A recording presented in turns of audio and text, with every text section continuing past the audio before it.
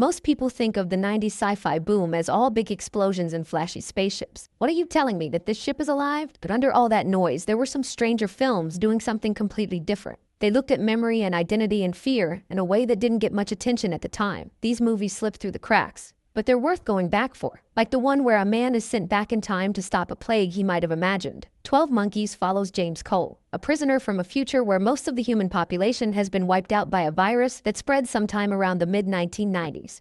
Scientists in this underground future society believe they can trace the virus's origins by sending someone back in time. That someone is Cole, who is haunted by a recurring dream of a man getting gunned down at an airport in front of a young boy. He lands first in the wrong year, gets locked in an asylum, and meets an unstable activist named Jeffrey Goins, whose father works in virology. From there, the plot spirals through different time periods and layers of memory as Cole tries to figure out whether the so-called army of the 12 monkeys is really to blame or if he's just losing his grip on reality. The answers come slowly, and when they do, they're more tragic than heroic, with the timeline folding back onto itself in a way that leaves no one fully saved. Behind the camera, Terry Gilliam was adamant that Bruce Willis drop every one of his usual tics. He gave him a list of facial expressions and gestures to avoid entirely, which Bruce actually agreed to.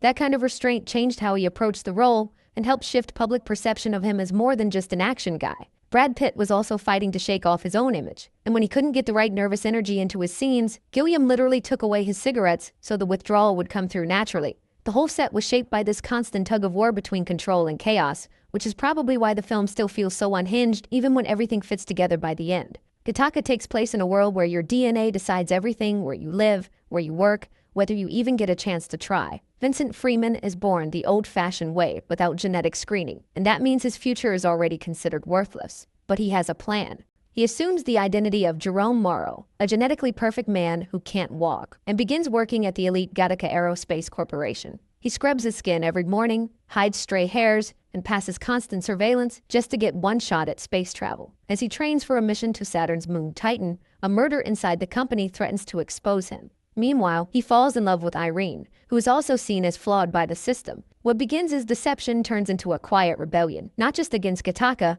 but against an entire world designed to make people like him disappear. When Ethan Hawke took the role, he saw Vincent not as a symbol of resistance, but as a man quietly dying to matter. He would spend hours with co-star Jude Law, who played Jerome, working out tiny details, how Jerome would hand over blood samples, how Vincent would learn to copy his posture, even how the two would pass for each other without saying a word.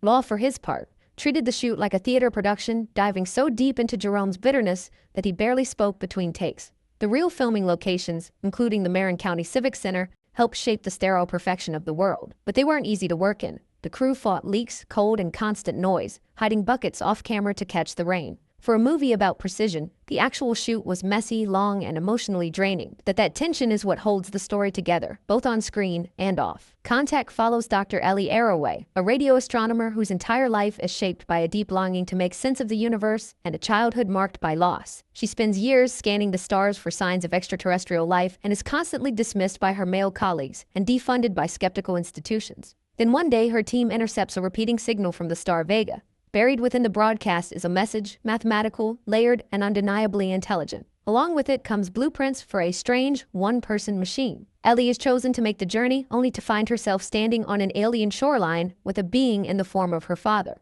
When she returns, she has no physical proof that she traveled anywhere at all, and the people in power call it a hoax.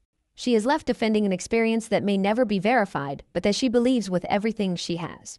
Jodie Foster was drawn to the role not just for its science, but for its emotional isolation. She worked closely with Carl Sagan before he died and saw Ellie as someone grieving the entire time. Grieving her father, her reputation, even the possibility that she might be wrong. The opening sequence, which starts in deep space and pulls all the way back to Earth, required effects that were nearly impossible at the time.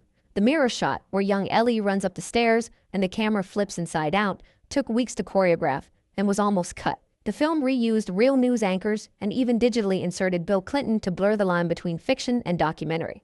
This created headaches for the studio, as White House lawyers got involved and news networks became uneasy. Still, Sagan and the producers insisted on keeping it all in, convinced that the moment demanded more than just drama. It needed the kind of realism that could make people pause and ask if this was something that could actually happen. Dark City opens with John Murdoch waking in a bathtub, confused and alone, beside the body of a murdered woman. He doesn't remember who he is, but he knows something is wrong. The city he stumbles through never sees daylight, and people around him seem stuck in patterns they didn't choose. At midnight, time freezes. Buildings change shape, people collapse, and silent, pale figures called the Strangers rearrange the city and its citizens like pieces on a board. Murdoch begins to resist. He stays awake. He starts to change the city the way the Strangers do. He learns that none of this is Earth, and none of these memories are real. It's a space station where aliens are running a human experiment, trying to understand individuality by rewriting lives. Jennifer Connelly played Emma, Murdoch's supposed wife, a lounge singer whose identity shifts with every rewrite. At the time, Connelly was looking for roles that moved beyond her earlier teen image.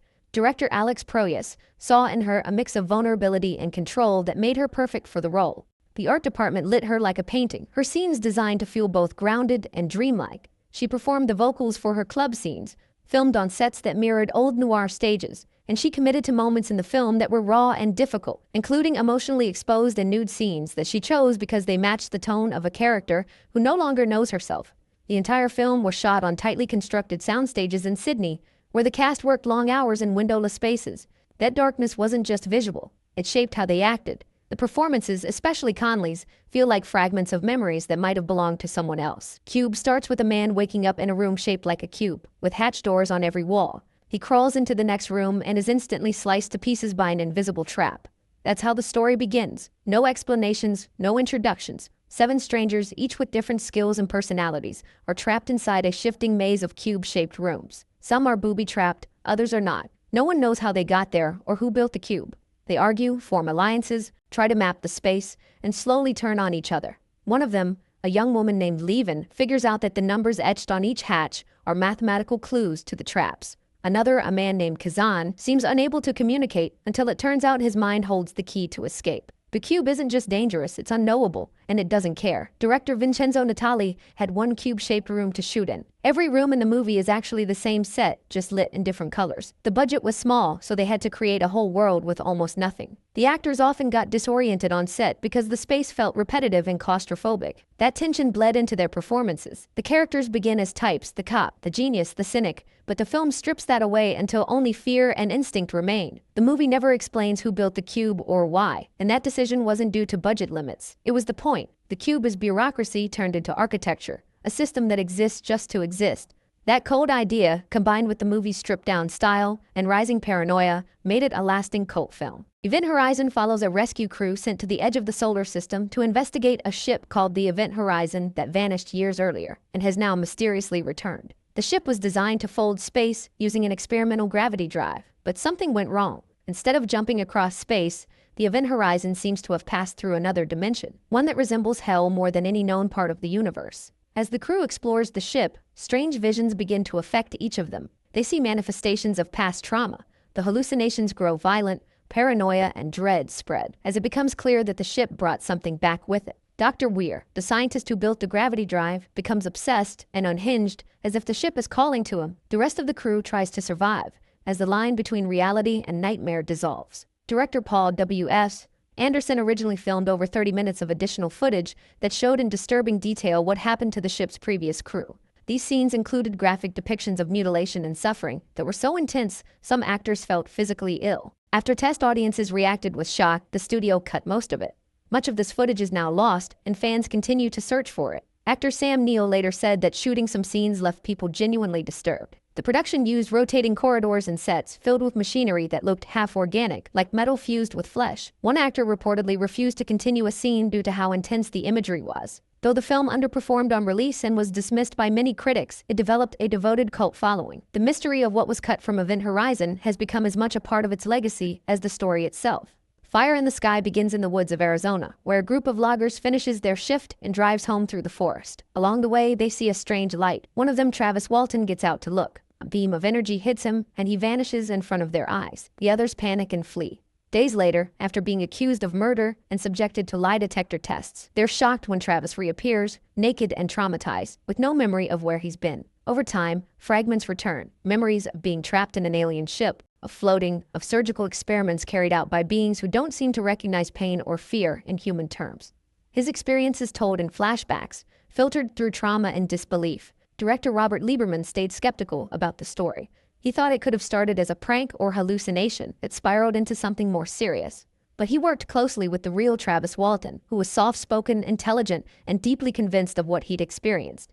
The abduction sequence was built with help from industrial light and magic and was shot to feel like a nightmare, not an adventure. There were no silver suits or shiny consoles, just dark, wet walls and silent tools. Actor Robert Patrick, who played Walton's friend Mike, felt personally invested. He tried to embody the shame and isolation of being publicly doubted, and later found out he was distantly related to the real Mike Rogers. Walton himself appears briefly in a cameo. The shoot took place in cold, remote areas of Oregon and Arizona, adding to the cast's discomfort. What makes the film linger isn't just the alien scenes but the social fallout, the way a community turns on people when faced with something they can't explain. The fifth element takes place in a future where Earth is threatened by an ancient force that returns every 5,000 years. The only thing that can stop it is a weapon made of 4 elemental stones and a fifth piece, known only as the fifth element, that turns out to be Lilu, a humanoid woman genetically reconstructed from a sample of ancient DNA. She escapes government control and crash lands into the flying taxi of Corbin Dallas, a former soldier drifting through life. Together they travel across the galaxy to collect the stones and stop the apocalypse, chased by mercenaries, religious orders, and a corporate warlord named Zorg. It's loud, strange, and full of neon. Director Luc Besson had been writing the script since he was a teenager. When production finally started, he had full creative control and pushed his team to build entire cities, costumes, and alien races from scratch. The costumes, designed by Jean-Paul Gaultier, were outrageous and often barely functional. Milla Jovovich's famous orange bandage outfit was held together with fishing wire. Shooting was chaotic, especially for scenes on the giant luxury spaceship where hundreds of extras worked in layered prosthetics under heat lamps. Chris Tucker, who played the flamboyant Ruby Road, improvised much of his role, often confusing Bruce Willis mid-scene. Jovovich had to learn a fictional language made up of over 400 words, and she spent hours in makeup every day. Despite the effort, critics were divided on release. Some called it incoherent or shallow, but over time, audiences returned to its visual creativity and offbeat tone. Today, it's considered a cult sci-fi classic, part cartoon, part opera, and entirely its own.